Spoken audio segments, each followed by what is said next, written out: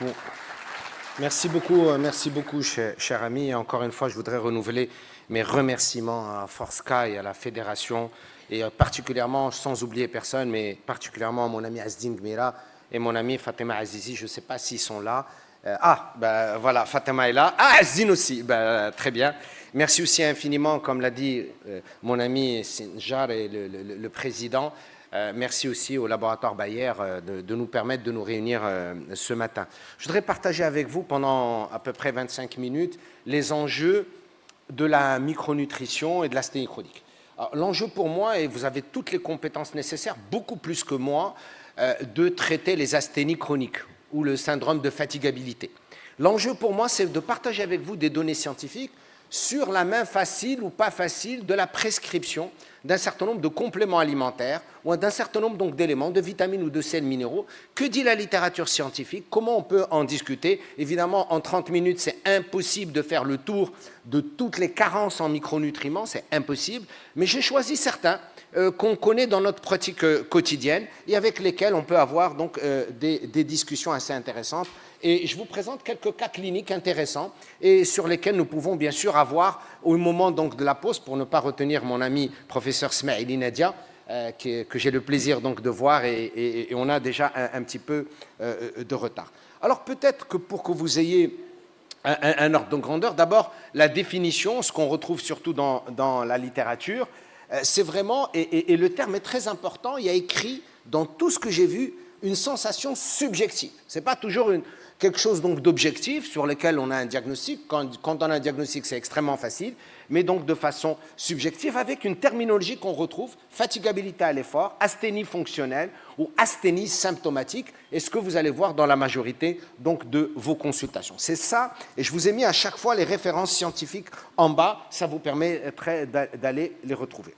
Est-ce que c'est un phénomène qui est fréquent? Oui, c'est un phénomène qui est fréquent. Regardez, à peu près, c'est 5 à 7% de la consultation de façon générale. Mais en médecine générale, et vous savez toute l'amitié que j'ai pour les médecins généralistes qui jouent un rôle extrêmement important dans notre système de santé, c'est quand même entre un patient sur 5, voire un patient sur 3 sur la consultation.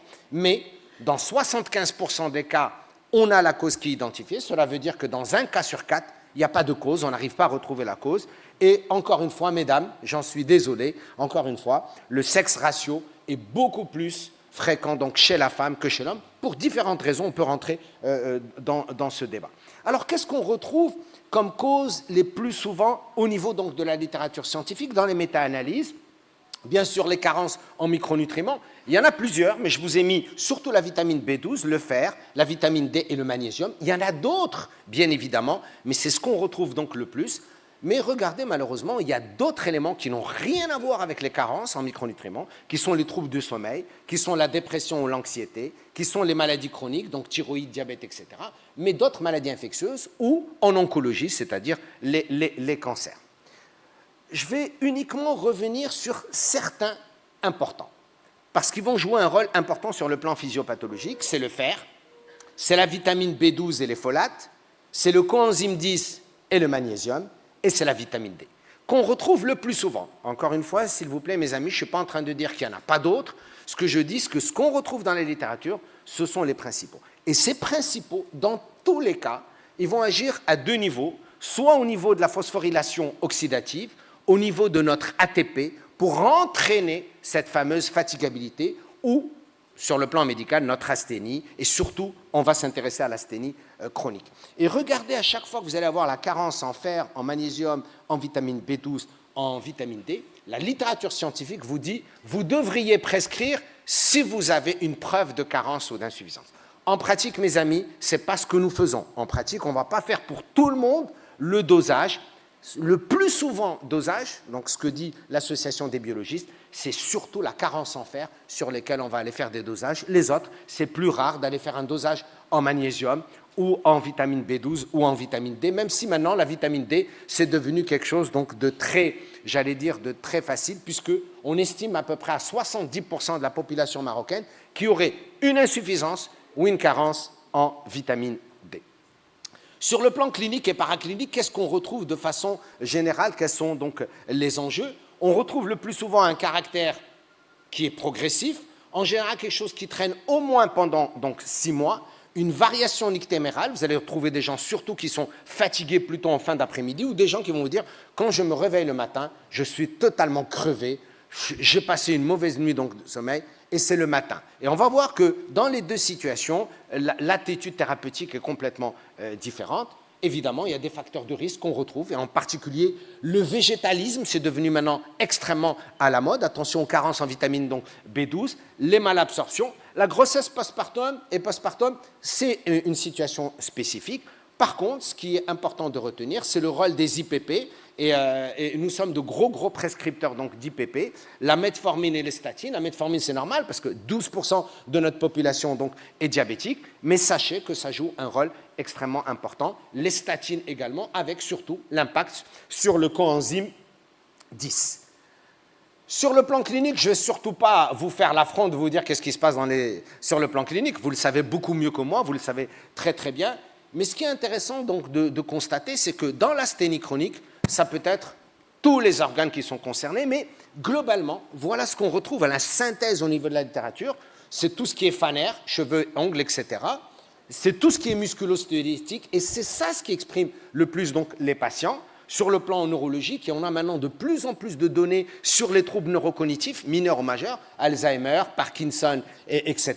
Donc, il y a une part qui est liée à la maladie, il y a une part qui est liée, entre guillemets, à l'asthénie chronique. Et enfin, évidemment, sur le plan digestif, de la glossite jusqu'à l'anémie donc, de Birmer, par exemple, eh bien, ce sont ce qu'on retrouve un petit peu, et vous avez la publication scientifique en bas qui retrouve ces principaux signes d'orientation. Sur le plan biologique, et là encore une fois, il faut tenir compte du contexte marocain. Il y a la science et la possibilité sur le plan marocain, évidemment, de faire donc cette prescription. Évidemment, toutes ces slides, ils sont à votre disposition, vous pouvez les prendre et les utiliser. Je vais les laisser pour Forska, et tous les gens qui contactent Forska ou FMO, vous pouvez prendre tous les slides et les utiliser, il n'y a aucun souci. Alors, qu'est-ce qu'on retrouve sur le plan de la littérature ? C'est d'abord au moins 4 semaines d'évolution sans cause évidente. Sans cause évidente. Si vous avez la cause évidente, vous avez un néo, vous avez une dépression, vous avez d'autres phénomènes, des Mickey, une malabsorption, une anémie de Birmer par exemple, eh bien là, il n'y a aucun souci. Par contre, si vous n'avez pas de cause évidente, voilà ce qu'on propose, évidemment, et encore une fois, en fonction du moyen et des remboursements. Vous savez les enjeux que nous avons au niveau de l'assurance maladie dans le contexte marocain. Donc, c'est la NFS, la vitamine B12, la vitamine D, la THC, CRP, donc VS. Évidemment, et ça on le retrouve très souvent, dans les phénomènes comme ceci, il faut faire un choix entre la CRP et la VS. Alors que si on était plus en maladie infectieuse, on va plus s'orienter vers la CRP, mais dans des contextes comme ceci, il y a des gens qui préfèrent plus s'orienter sur la VS, et vous le retrouvez dans la littérature, vous avez des partisans de la CRP, et vous avez des partisans plutôt donc de la VS. Par contre, de l'autre côté, hormis le fer sérique ou la ferritine ou la CST, les folates, le magnésium, c'est très rare qu'on aille les doser. On va plutôt se baser sur votre expertise, c'est-à-dire sur l'expertise clinique, la glycémie à jeun et l'hémoglobine glyquée. Ça, ce sont des choses que vous faites tous les jours. Alors, voyons uniquement la carence en fer, la vitamine B12 et les folates. Que dit de la littérature et qu'est-ce qu'on peut prescrire et quel est le niveau de dosage, etc. Alors, voilà un exemple de diagnostic et de prise en charge qui est préconisé. Évidemment, c'est vous qui décidez. Mais globalement, et je vous ai mis en bas, que dit la littérature scientifique? Qu'est-ce qui serait intéressant? Sachant encore une fois que c'est vous les décideurs en fonction donc de vos possibilités. Alors, en fonction du stade de la carence, et regardez ce qu'on préconise, donc de façon générale, le traitement de première ligne, ce serait du sulfate ferreux avec 60 mg donc, de fer élément, et ça c'est disponible dans le contexte marocain sans aucun problème. Par contre, je voudrais ouvrir et fermer une parenthèse sur les injections par voie intraveineuse. Maintenant, c'est devenu très à la mode, partout, dans les différentes donc, disciplines, pas toujours chez les médecins généralistes, mais on le trouve beaucoup chez les néphrologues, on le trouve beaucoup chez les cardios, on le retrouve également en médecine esthétique et en médecine donc, de bien-être. Il existe des données au niveau de la littérature, mais il n'y a pas spécialement plus d'efficacité si vous l'envoyez par voie intraveineuse que si vous vous donnez par voie orale. La durée, par contre, ça, il y a un consensus dans la littérature, c'est 3 mois. Évidemment, il faut faire attention au sel, il faut faire attention à la tolérance et il faut faire attention aux associations. Le thé, chez nous, la vitamine C, donc, ce sont les éléments que vous savez, mais qu'il est important donc de rappeler aux patients. Et en terminant par une chose que dit la littérature, en bas, attention, cherchez s'il n'y a pas un saignement occulte. Et j'ouvre et je ferme une parenthèse. Dans le contexte marocain, combien parmi vous, à partir de la cinquantaine, avez-vous fait systématiquement un dépistage du cancer colorectal ou avez fait une colo? Non, pardon, j'ai dit pour les gens de 50 ans et plus, donc vous n'êtes pas concernés. Pour les jeunes comme vous, de 20 à 40 ans, combien parmi vous? Je crois que vous le savez et vous êtes les premiers à conseiller donc les patients en disant attention, la colo, dans le contexte marocain, s'il vous plaît, c'est très important, ou le dépistage en tout cas du cancer colorectal. Donc, s'il vous plaît, ce que dit la littérature scientifique, et vous particulièrement, vous avez un rôle important en tant que médecin généraliste. La vitamine B12, que dit la littérature dans la vitamine B12? Et là aussi, l'amélioration, les patients le demandent et ce qu'on retrouve dans la littérature, pas d'amélioration avant au moins 2 semaines, 2 à 4 semaines, donc de traitement, avant qu'il y ait une amélioration et une récupération de cette fameuse asthénie chronique, à la condition évidemment, encore une fois, et c'est écrit en haut, qu'il y ait une carence en vitamine B12. Évidemment, chez les végétaliens, vous allez le retrouver, c'est quasi certain, mais il faut aller chercher s'il n'y a pas donc d'autres pathologies. Et là, encore une fois, lorsque l'absorption est conservée, on va pouvoir faire en dose d'entretien 250 microgrammes. La forme injectable, évidemment, vous avez l'habitude de gérer donc la forme injectable, il n'y a aucun souci, mais s'il vous plaît, il faut qu'il y ait une carence qui soit prouvée, on va le voir dans quelques instants. Les folates, la vitamine B9, il y a un gros programme avec le ministère de la Santé. Le ministère de la Santé a fait beaucoup de choses en matière donc, de carence en vitamine donc B9, mais là aussi, encore une fois, c'est au bout de 4 à 6 semaines qu'il va falloir donc surveiller, et avec un dosage des réticulocytes entre le 7e et le 10e jour. Et une chose qu'on retrouve beaucoup dans la littérature, c'est l'association avec la carence en vitamine B12. Donc à chaque fois, vitamine B9, il faut essayer également donc, de penser à la vitamine B12. Évidemment, encore une fois, l'alimentation va jouer un rôle extrêmement important. Les gens qui sont sous méthotrexate, bien évidemment, nous le savons dans la littérature scientifique, mais au-delà du méthotrexate, il y a quand même des enjeux majeurs. Un enjeu, je sais que vous n'aimez pas qu'on en parle, il y a un enjeu qui existe et qu'on commence à observer, je pense aussi vous l'observez dans vos consultations, c'est le problème de la consommation d'alcool. Pour les gens qui ont une consommation d'alcool assez élevée, je sais que ça n'existe pas chez nous, mais je me dis au cas où, ça devait exister, sachez que nous avons plein de données scientifiques sur les carences en vitamine B12. Il y a une très très belle étude qui a été faite à Marrakech et qui montre justement cette corrélation à ce niveau. Donc il faut en tenir compte. Les fameuses vitamines D, magnésium, zinc et coenzyme. Et là, le magnésium, mes amis, grâce à vous, il y a des gens qui vous adorent encore plus. Et ces gens, je m'en excuse, mes amis de Bayer que j'aime beaucoup, l'industrie pharmaceutique vous adore. Il vous adore. Il y a toutes les raisons de vous adorer. Vous êtes magnifique, vous êtes jeune, tout ce que vous voulez. Mais là, mes amis, en matière de vitamine D, par exemple, et de magnésium, on est champion du monde. Alors, évidemment, et ce qui est intéressant, c'est que comme on a tellement de magnésium, ça va du magnésium marin à un magnésium piscine. Vous avez déjà entendu parler du magnésium piscine? Hein? Piscine, magnésium piscine, c'est-à-dire, c'est pour l'eau douce. Vous avez le magnésium marin et vous avez le magnésium d'eau douce. Alors là, vraiment, on est champion. Évidemment, mes amis, je caricature, mais c'est vous les experts, c'est vous qui connaissez. Je partage avec vous seulement un certain nombre donc, de données qui, au-delà des symptômes que vous connaissez, que vous traitez tous les jours, j'aimerais seulement attirer votre attention sur les enjeux de traitement et de réévaluation.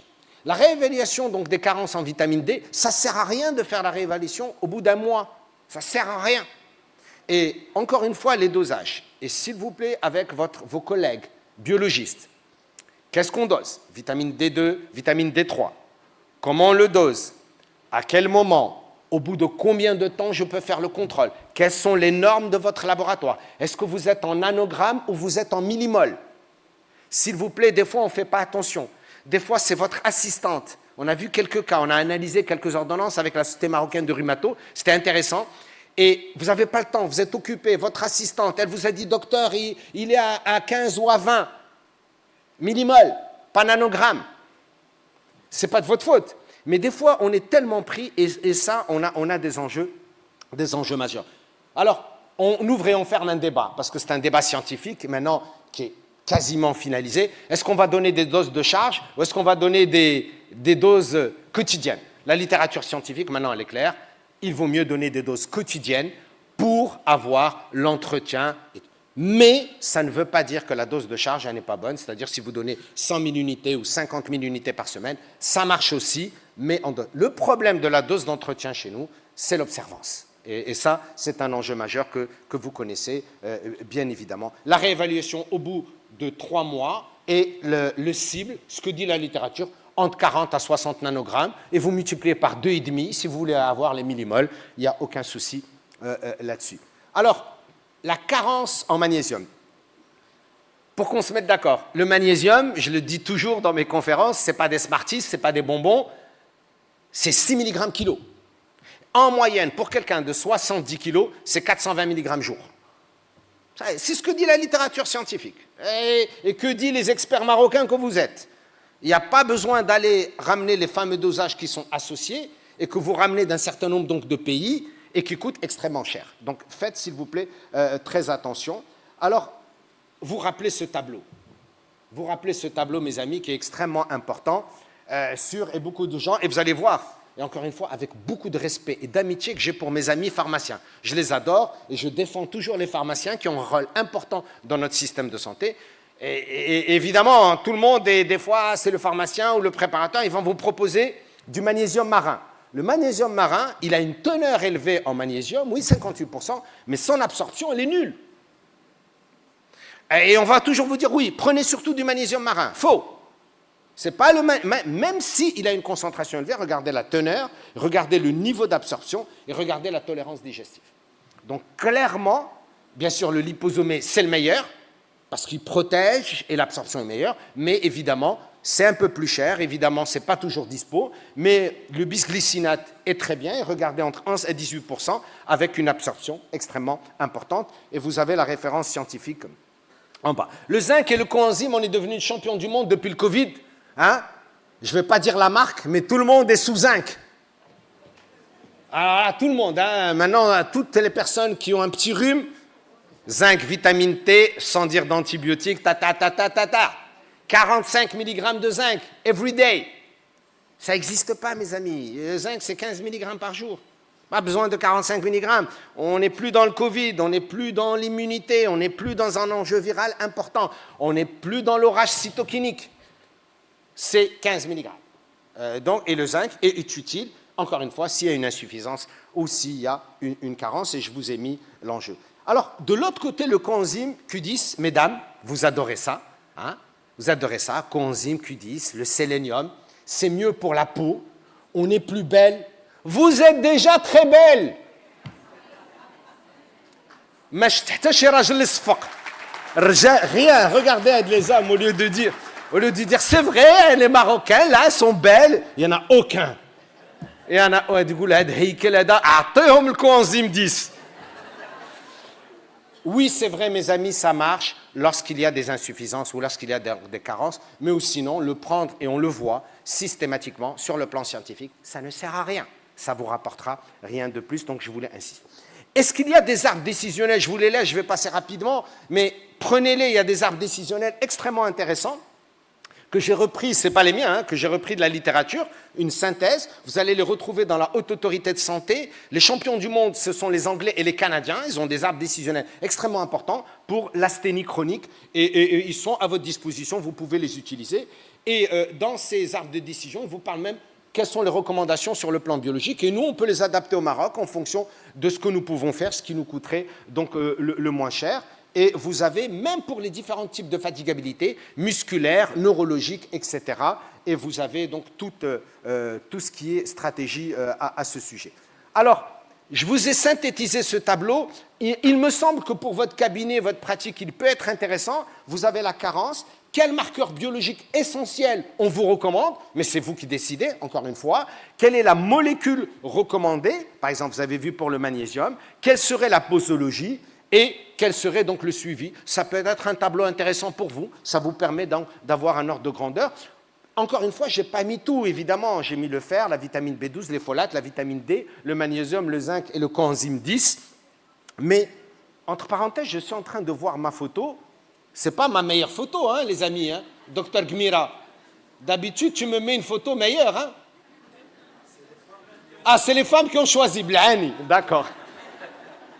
Et aussi, mes amis, j'aimerais partager avec vous ce point, avant la dernière partie de mon talk, c'est les synergies. Il y a des synergies, mes amis, très intéressantes que vous connaissez. Par exemple, le fer et la vitamine C, vous le savez. Là, l'enjeu chez nous, c'est plutôt le fer et le thé. C'est un enjeu, hein, parce que c'est un chélateur de fer, le thé. Il faut faire attention. Encore une fois, on n'est pas en train de dire si ne prenez pas de thé.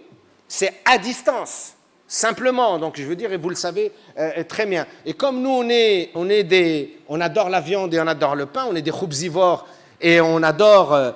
Il faut également faire attention, s'il vous plaît, surtout les sandwichs, le khoubz avec la viande et le thé, et bien évidemment le fer. Vous avez également la vitamine D et le magnésium, extrêmement intéressant. Vous avez le zinc et le cuivre. Le cuivre, on ne l'utilise pas beaucoup.